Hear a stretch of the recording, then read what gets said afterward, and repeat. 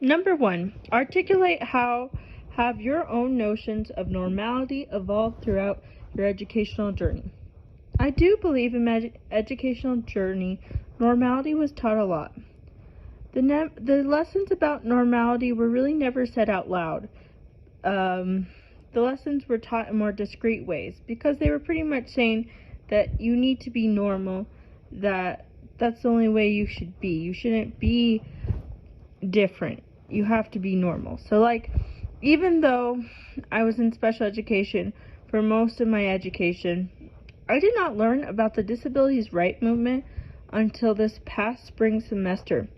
We watched Crip Camp for one of my classes. I absolutely love that movie.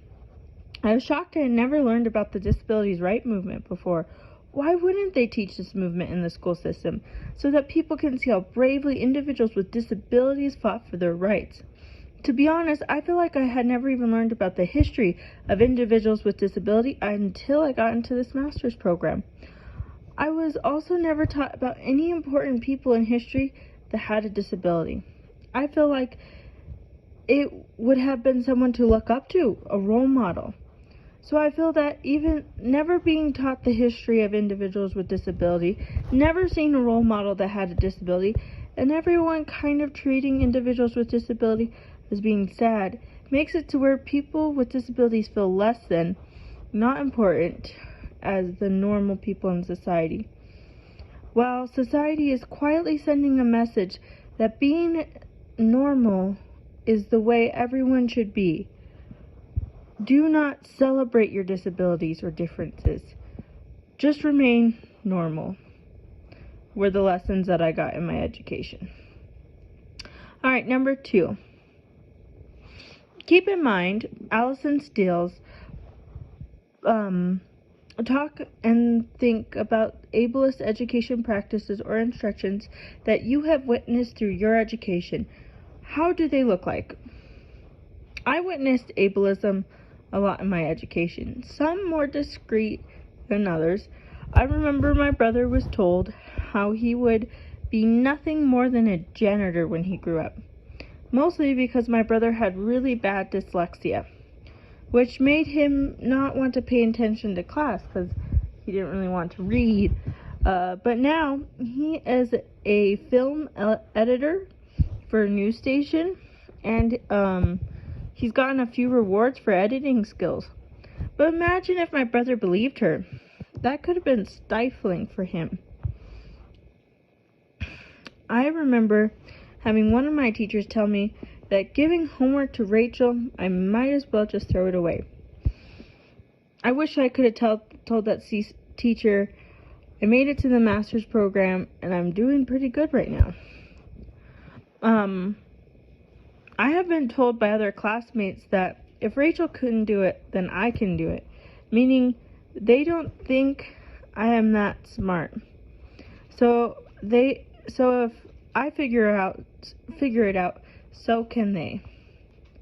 I have been told by classmates, good thing you're pretty, meaning they don't think I'm smart, so good thing I have my looks. And then I have seen fellow students in my special education classes being treated as less than, and then believing that they're less than. And I would always have to remind people in my classes, in my special education classes, you are smart, you learn differently, you have to figure out what works for you. So I also think that ableism is also that we never talk about, like I said above, we never talk about the civil rights movement for people within individuals with disabilities. We never talk about individuals in history with disabilities that made an impact. We never talk about the history of individuals with disability throughout, we don't talk about it. So then, of course, people with disabilities are going to think they're not important to society. They're going to think no one ever mentions us. And I remember, being in separate classrooms than everyone else, and that kind of sends a little bit message that we don't think you're at our level, and people would look down you could feel that people would look down on you. And it's just sad because it's like, you are smart. You just learn differently. You just learn your way. And everyone has their abilities in them, you know. I hate it because, like, society defines what normal is, but I feel like no one's normal, to be honest. But anyways, I do think that ableism can be right in your face or discreet.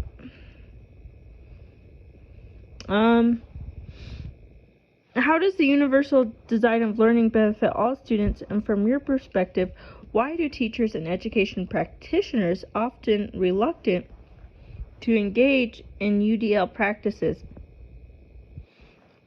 All students learn differently, like I said above, so I feel like UDL helps to meet each student's unique ways of learning, like, you know, helping them, making the lesson more engaging by, you know, presenting it in fun ways, by having students turn it in fun, different ways that they learn best, and, you know, just having it fit different learning styles so that everyone is learning, and that it's not a one-fit-all style of teaching.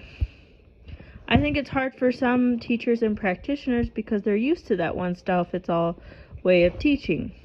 They may not be sure how to teach universal design of learning. They may think it's too hard to help all different styles of learners. Well,